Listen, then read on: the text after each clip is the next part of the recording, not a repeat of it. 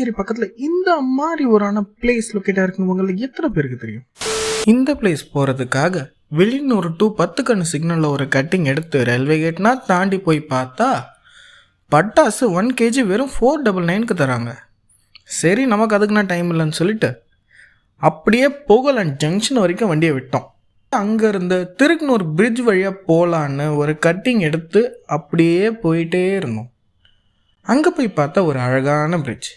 அப்படியே அந்த பிரிட்ஜை தாண்டி ஊருக்குள்ளே போய் பார்த்தா ஒரு அற்புதமான சினாரியோ. அப்படியே அழகான ஒரு பாட்டு கேட்டுட்டு இன்னொரு பிரிட்ஜும் கடந்து போயிட்டோம்.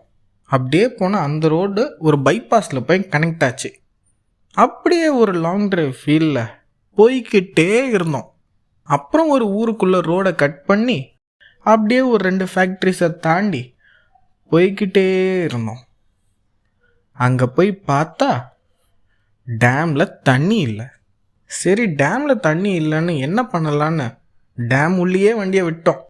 அந்த டேமில் தண்ணி இல்லைனாலும் இது ஒரு பக்காவான ரிலாக்ஸேஷன் ஸ்பாட். சரி, இருந்த அழகாக ரசிச்சுட்டு அப்படியே கிளம்பிட்டோம். இந்த டேமோடைய பேர் கைக்கிலாப்பேட் பெட் டேம். இந்த பிளேஸ் பாண்டியிலேருந்து ஜஸ்ட் ஒரு 20 கிலோமீட்டர்ஸ் தான் லொக்கேட் ஆகிருக்கு.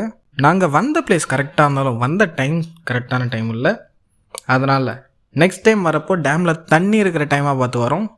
செம்மையாக என்ஜாய் பண்ணுறோம்.